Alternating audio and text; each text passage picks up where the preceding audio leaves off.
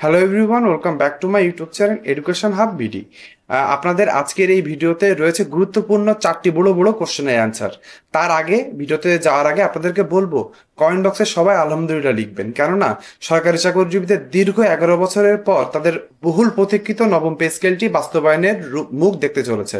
আমাদের প্রধানমন্ত্রী জনাব তারেক রহমানের নির্দেশে 2026 সালে জুলাই থেকে কিন্তু নবম পে স্কেল বাস্তবায়ন হচ্ছে। নবম পে স্কেল তো বাস্তবায়ন হচ্ছে, সবার মনে চারটি কোশ্চেন আছে। এই চারটি কোশ্চেন কি কি, সেই চারটি কোশ্চেনের অ্যান্সার আপনি জেনে যাবেন। তাহলে চলুন জেনে নিই যে কোন চারটা কোশ্চেনের অ্যান্সার আপনি জানতে পারবেন এই ভিডিওতে। প্রথম কোশ্চেনে বলা হয়েছে 2026 সালের জুলাই থেকে যে নবম পে স্কেলটি বাস্তবায়ন হবে, সেখানে বেসিকের 50% নাকি 100% বাস্তবায়ন হবে, সর্বশেষ কি আপডেট রয়েছে। দ্বিতীয় প্রশ্নটি রয়েছে, নতুন পে স্কেলে 10% এবং 15% একটি প্রণোদনা, বিশেষ প্রণোদনা সরকারি চাকরিজীবীরা পাচ্ছেন, সেই প্রণোদনা নবম পে স্কেল বাস্তবায়ন হলে থাকবে কিনা।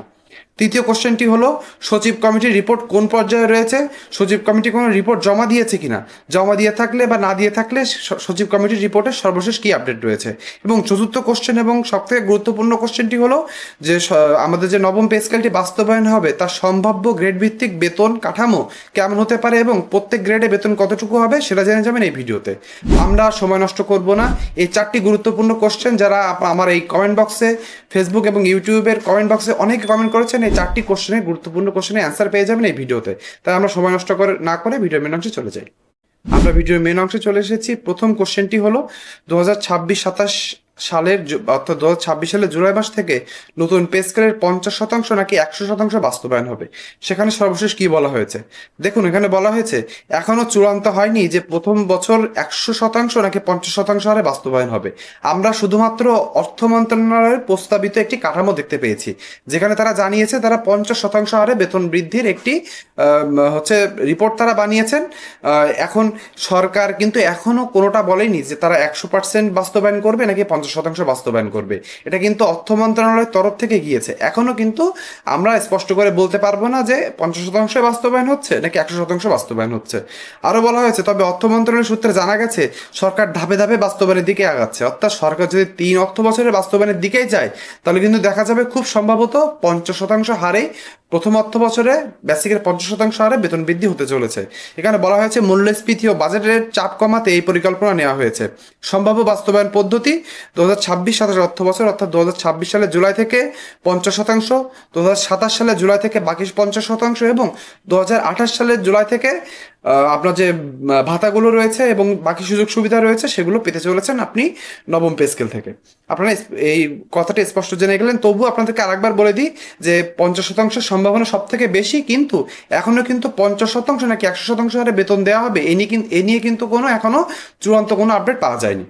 তাহলে এবার চলে আসি আমরা দ্বিতীয় প্রশ্ন, যেটা আপনারা অনেকে করেছেন এবং এটা সম্পর্কিত আপনারা অনেকে জানতে চেয়েছেন।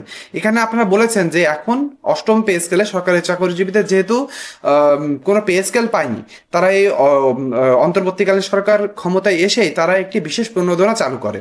সেখানে 1 থেকে নবম গ্রেড পর্যন্ত আপনার বেসিকের 10% হারে এবং 10 থেকে 20তম গ্রেডের কর্মকর্তা কর্মচারীদের জন্য রাখা হয়েছে 15% হারে বিশেষ প্রণোদনা। একে আমরা মহার্ঘ ভাতা বলতে পারি অথবা বিশেষ প্রণোদনা বলতে পারি। তাহলে এই বিশেষ প্রণোদনা নবম পে স্কেল আসলে কি থাকবে নাকি থাকবে না, এরই কোশ্চেন জেনে নিব। বলা হয়েছে নতুন পে স্কেল চালু হলে সাধারণত আগের প্রণোদনা ও মহার্ঘ ভাতার সমন্বয় বা বাতিল হয়ে যায়। তাই স্বাভাবিকভাবে ধারণা করা হচ্ছে নতুন বেতন কাঠামো কার্যকর হলে আলাদা প্রণোদনা নাও থাকতে পারে। হ্যাঁ, এটা দুঃখের হলেও সত্যি যে এ পর্যন্ত যে কটি পে স্কেল এসেছে সেখানে আমরা দেখতে পেয়েছি যে হচ্ছে যখনই কোনো নতুন পে স্কেল আসে, আগের যে বিশেষ প্রণোদনা বা মহার্ঘ ভাতাগুলো থাকে সেগুলো কিন্তু সমন্বয় করা হয় এবং সেগুলো বিলুপ্ত করে দেওয়া হয়। আপনারা যদি আমার কাছ থেকে স্পষ্ট জানতে চান, তাহলে আপনি এখানে একটি ছবি দেখতে পাবেন যেখানে বলা হয়েছে অষ্টম পে স্কেলের দিকে খেয়াল করুন। এখানে দেখেন 3 নাম্বার যে পয়েন্ট রয়েছে তার ঘতে বলা হয়েছে জাতীয় বেতন স্কেল 2025 কার্যকর হইবার তারিখ হইতে মহার্ঘ ভাতা বিলুপ্ত হইয়াছে বলিয়া গণ্য হবে। তার মানে এখানে কিন্তু স্পষ্ট বলে দিয়েছে বিশেষ প্রণোদনা বা মহার্ঘ ভাতা থাকলে সেটি কিন্তু হচ্ছে বিলুপ্ত হয়ে যায় এবং সেটি নতুন পে স্কেল আসলে তার সাথে সমন্বয় করা হয় না।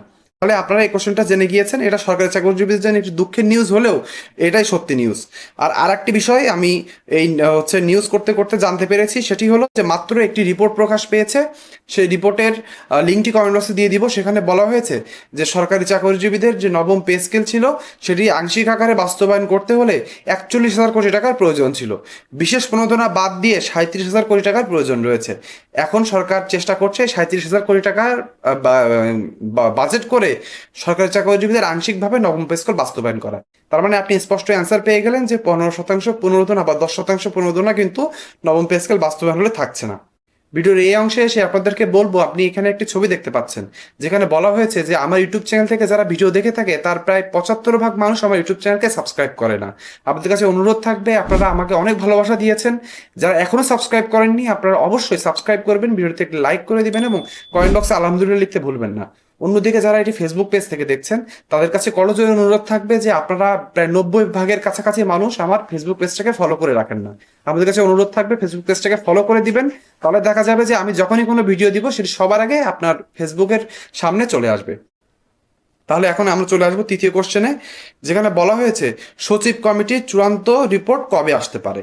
হ্যাঁ, এটা একটি গুরুত্বপূর্ণ কোশ্চেন যে আমরা জানি যে সচিব কমিটির রিপোর্ট থেকে কিন্তু আমরা জানতে পারবো যে আমাদের 50% নাকি 100% হারে বাস্তবায়ন হচ্ছে, আপনার বেতন গ্রেড কেমন দাঁড়াচ্ছে, অর্থাৎ প্রত্যেক গ্রেডে বেতন কতটুকু ধরা হয়েছে।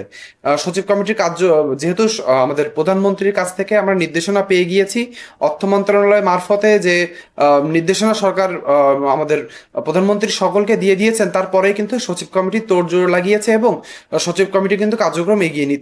তাদের একটি রিপোর্ট জমা দেওয়ার কথা রয়েছে, সেই রিপোর্টেই কিন্তু আমরা জানতে পারবো যে সম্ভাব্য বেতন স্কেলে চূড়ান্ত যে রিপোর্টটি রয়েছে সেটি কত থাকছে। তার আগে সচিব কমিটির কাজটি বলা হয়েছে যে প্রধানমন্ত্রীর নির্দেশনার পর পুনর্গঠিত কমিটি দ্রুত কাজ শুরু করেছে। কমিটি 3 ধাপে বাস্তবায়নের সুপারিশ করেছে, অর্থাৎ কমিটি কিন্তু 3 ধাপে বাস্তবায়নের কাছে আগাচ্ছে। এখানে বলা হয়েছে কমিটির কাজ কিন্তু এখনো চলমান রয়েছে, চূড়ান্ত রিপোর্ট এখনো প্রকাশ হয়নি। জুন মাস বা বাজেট ঘোষণার আগে রিপোর্ট জমা দেওয়ার সম্ভাবনা রয়েছে, তবে এখনো সরকারিভাবে নির্দিষ্ট কোনো তারিখ ঘোষণা করা হয়নি। তার মানে আপনারা বুঝতে পেরেছেন, আমরা জুনে 7 অথবা 11 তারিখে যে জাতীয় সংসদ অধিবেশনে যে আমাদের বাজেটটি তুলে ধরা হবে তার আগেই কিন্তু সচিব কমিটির রিপোর্টটি জমা পড়ে যাবে সরকারের কাছে। তখন কিন্তু আমরা স্পষ্ট জানতে পারবো যে রিপোর্টে কি বলা হয়েছে, কতটি গ্রেড রাখা হয়েছে। আমরা জানি 20টি গ্রেডই কিন্তু বাস্তবায়ন হতে চলেছে। 20টি গ্রেডে প্রত্যেক গ্রেডে কতটুকু বেসিক রাখা হয়েছে সেটি আমরা জেনে যাব সচিব কমিটির রিপোর্টের মাধ্যমে। এই জন্য আপনাদেরকে বলবো, আপনি যেখান থেকে ভিডিও দেখে থাকুন না কেন, ইউটিউব চ্যানেল হোক ফেসবুক পেজটি হোক, সেটি সাবস্ক্রাইব এবং ফলো করে রাখবেন। তাহলে সচিব কমিটি রিলেটেড যখনই কোনো আপডেট পাবো, তাদের যে চূড়ান্ত বেতন কাঠামো রয়েছে যখনই আমি জানতে পারবো সেটি কিন্তু ভিডিওর মারফতে আপনাদেরকে জানিয়ে দিব। এখন আমরা চতুর্থ কোশ্চেনে চলে আসব, যেটি খুবই গুরুত্বপূর্ণ কোশ্চেন। সেটি হচ্ছে যে আপনারা সকলে বলেছেন যে সম্ভাব্য বেতন কাঠামোটি কেমন হতে চলেছে। সম্ভাব্য বেতন কাঠামো কেমন হবে তাহলে চলুন এক পলকে আমরা দেখে নিই। আমি যদি একটু নিচ থেকে পড়ে জানাই যে 20তম গ্রেডে সম্ভাব্য বেতন কাঠামো ধরা হয়েছে 20,000 টাকা, 19তম গ্রেডে 20,500, 18তম গ্রেডে 21,000, 17তম গ্রেডে 21,500, 16তম গ্রেডে 22,000, 15তম গ্রেডে 22,500, 14তম গ্রেডে 23,000, 12তম গ্রেডে 24,000, 11তম গ্রেডে 26,500, 10তম গ্রেডে 32,000 এবং নবম গ্রেডে ধরা হয়েছে 45,000 টাকা। আমরা জানি যে সরকারি চাকরিজীবীতে এন্ট্রি লেভেল পদ কিন্তু নবম গ্রেড পর্যন্তই, এজন্য আপনাদেরকে নবম গ্রেড পর্যন্তই বললাম। আপনারা যদি নিচের গ্রেডে কেউ থেকে থাকেন, আপনারা ভিডিওটি পজ করে বা এই ছবিটি থামিয়ে আপনি এখান থেকে একটা স্ক্রিনশট নিতে পারেন, অথবা আপনি এখানে ভিডিওটি থামিয়ে দেখে নিতে পারেন যে আপনার বেতন সম্ভাব্য কাঠামো কেমন দাঁড়াতে পারে। পে স্কেল সংক্রান্ত এমন সত্য এবং অথেন্টিক নিউজ সবার আগে পৌঁছে দেওয়ার জন্য আমার ইউটিউব চ্যানেল এবং ফেসবুককে সাবস্ক্রাইব এবং ফলো করে রাখতে হবে। আমার ইউটিউব চ্যানেল এবং ফেসবুকে চোখ রাখলে আপনি প্রত্যেক দিনের পে স্কেল সংক্রান্ত সত্য এবং অথেন্টিক নিউজ পেয়ে যাবেন। ভিডিওটি না টেনে শেষ পর্যন্ত দেখার জন্য সকলকে ধন্যবাদ। সকলে ভালো থাকবেন।